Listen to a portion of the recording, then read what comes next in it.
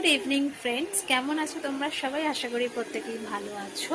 আবার অনেক অনেক দিন ব্লগে এলাম। মাঝখানে পুরো ব্লগ আমি বন্ধ করে দিয়েছিলাম, করা হয় না। আর পরিস্থিতি এমনই হয়েছে, আর ইচ্ছেও করে না যে ব্লগ করব। তো আজকে আমরা যাচ্ছি, কোথায় যাচ্ছি সেটা পরে জানাবো।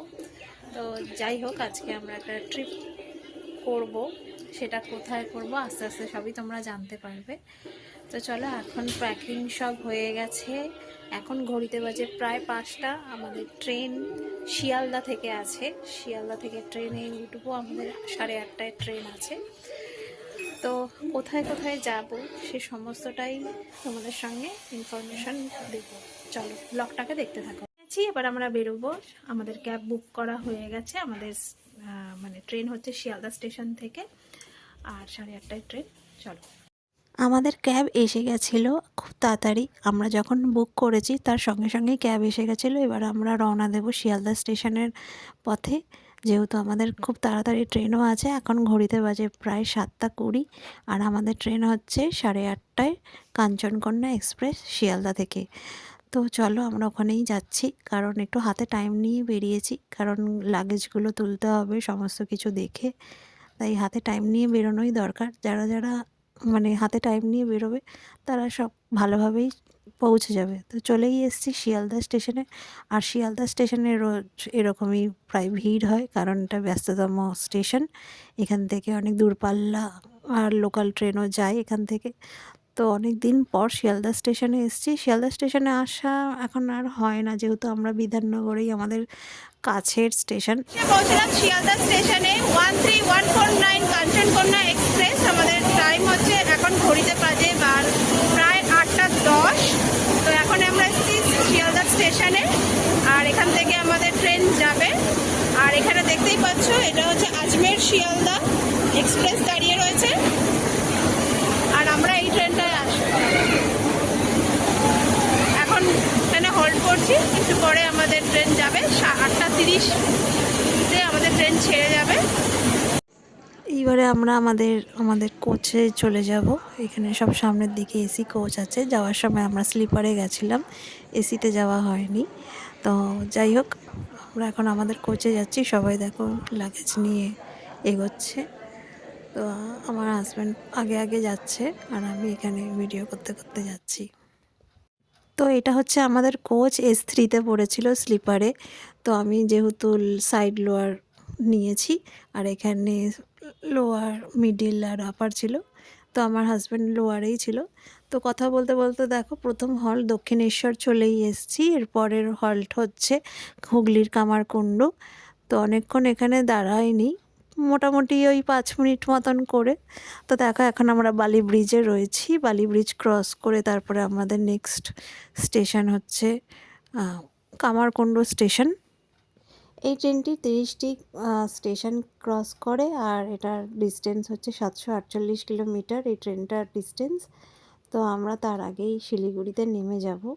তো চলো, রাতের তো আর সেরকম করে কোনো কিছু দেখানো যায় না, সম্ভবও নয়, কারণ এটি যেতে যেতে অনেকটাই রাত হয়ে যায়। তো দেখো, দেখতে দেখতে আমাদের বর্ধমান স্টেশন চলেও এসছে। তো অনেকেই এখান থেকেও উঠবে। আবার রাতে অনেক জায়গায় হল্ট থাকে। বোলপুরের নেক্সট স্টেশন বোলপুর থাকে। তারপরে দেখতে দেখতে দেখো সকালও মানে একদম এটা ভোরবেলায়। আর ভোরবেলায় কিষানগঞ্জে এসে দাঁড় করিয়েছে।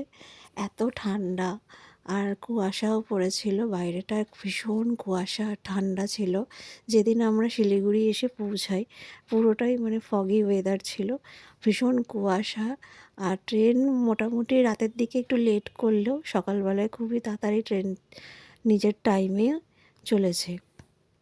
এই ট্রেনের ফেয়ার হচ্ছে 380 থেকে 400 টাকা স্লিপারে। আর এসি নন এসিতে তোমাদের আমি চার্ট দিয়ে দিচ্ছি এখানে, সেটা দেখে নিও। AC, third AC, second AC আর ফার্স্ট এসির এখানেই চার্ট দিয়ে দিচ্ছি। ঘড়িতে বাজে সকাল 8:05, আর আমরা এসে দাঁড়ালাম শিলিগুড়ি স্টেশনে। আজ 23শে ডিসেম্বর আমরা এসেছি শিলিগুড়ি স্টেশনে। এখান থেকেই আমরা এবার যাব হচ্ছে গ্যাংটক, সিকিম। আর এখান থেকেই আমাদের বাসে করে যাব। এই প্রথমবার আমরা বাসে করে যাচ্ছি। এর আগে আমরা যতবারই এসেছি শেয়ার গাড়ি করে এসেছি, সেটা হচ্ছে জলপাইগুড়ি থেকে।